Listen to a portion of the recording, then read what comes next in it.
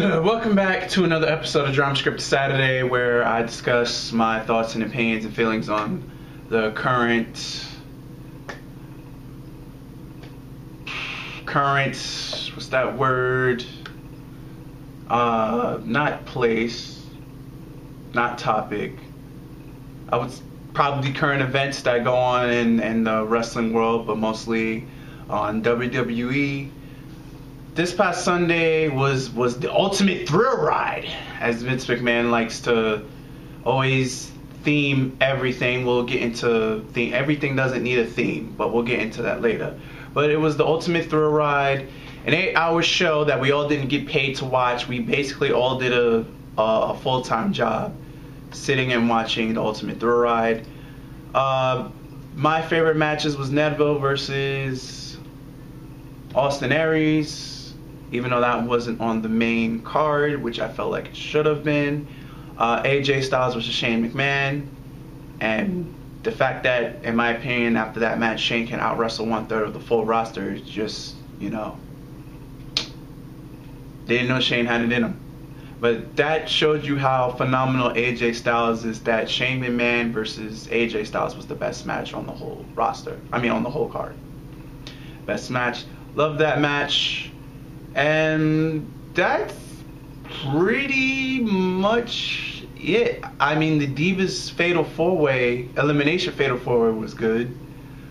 But outside of that, there's really not a match that I could say that I'm going to remember in like 3 years. Besides the Hardys coming back, but it's the Hardys and they won. But besides all of those, there's really nothing I can say, yeah, I'm going to remember this match from this WrestleMania. There was really, the only two I'm going to probably remember is Neville versus Austin Aries and AJ Styles versus Shane McMahon. I know a lot of people aren't happy about Roman Reigns beating The Undertaker and retiring The Undertaker, but he is the guy. I don't know what WWE, besides Vince coming out and telling themselves that Roman Reigns is the guy now. They've basically done everything. He's won the Royal Rumble. He's a Money in the Bank winner. He's gotten the belt 3 times in 1 year. Or within the span of 12 months. It wasn't in the same year. So within the span of 12 months, he beat The Undertaker at WrestleMania. There was only one other person that could do that, which is Brock Lesnar. Which we'll get into them building up until Brock versus Roman at WrestleMania 34 at New Orleans, the second WrestleMania in the past 5 years. But yeah, Roman Reigns is the guy. They built another John Cena. And the money keeps rolling in, so they're not going to keep pushing Roman Reigns. It's gotten to the point where Vince wants you to pay to come to the audience just to boo Roman Reigns, and that's what people are doing. They're coming to an event, they're paying Vince McMahon just to boo Reigns. I have nothing against Roman Reigns. It's his charisma is horrible. Whoever writes Braun Strowman lines needs to write Roman Reigns lines, because Braun Strowman is perfect. He keeps it short and sweet, and it's over. That's what they need to do with Roman Reigns, and they haven't done it. That's really my only issue with Roman Reigns. Besides that, I don't see why people don't like him. Just can't get it. Don't get it. But back to WWE. There, the word branding. WWE branding everything. Because remember, they're not wrestlers. They're superstars. Remember, I'm not a fan. I'm a part of a universe. And 3 years ago or 2 years ago, they were divas. They weren't women. Now, instead of calling it the WWE draft, it's a superstar shakeup event.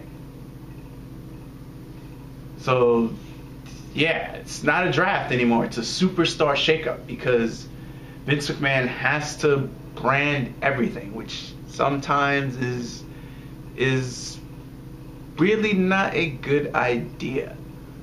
But I'm just throwing it out. I'm assuming Seth is gonna go to SmackDown, AJ's gonna go to Raw.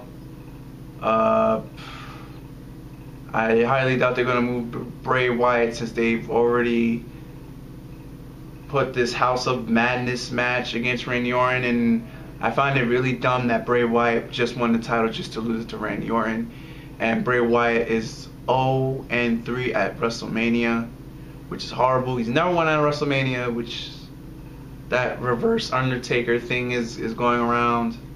So yeah, Nakamura is on SmackDown. The Revival is on Raw, and they beat the New Day, which was good for the Revival. And the Revival is literally the only tag team that that New Day hasn't beaten. Finn Balor is back on Raw. Tyler Dillinger is on SmackDown now. So sadly, shows are going to drop in quality because we're never going to get those hot crowds ever again, because those hot crowds only come after WrestleMania. So with that being said, my thoughts overall on this WrestleMania, I kind of liked it. It's in my opinion, hands down the best WrestleMania from the past 5 to 6 years. So I liked some of the finishes. I liked that the Triple H versus Seth Rollins match. I liked that no involvement of Samoa Joe. I liked that Chris Jericho versus Kevin Owens, once again, no involvement of Samoa Joe. So Seth wins clean and Kevin Owens wins clean. And I'm, like I said before, I'm a big fan of when heels could just win clean or without any outside interference. So I would give this WrestleMania a solid 7 out of 10 because it's been better over the WrestleManias over the past previous years. But so yeah, we got this the superstar shake-up since they're not calling it a draft coming up this week on Raw. They're hinting on building Brock Lesnar versus Roman Reigns at the next WrestleMania. But first he has to take on Braun Strowman. My thing is, when does Kevin Owens and Finn Balor get their rematch? Because Finn Balor never lost the title and Kevin Owens never got his rematch, even though Kevin Owens is now the US champ. But I guess we'll get to that when Braun Strowman loses to Brock Lesnar, when that's over. But that's going to wrap this up for this week's Drama Script Saturday. Remember, this is Drama Script Saturday every Saturday. And until next Saturday, guys, I'm out of here. Later and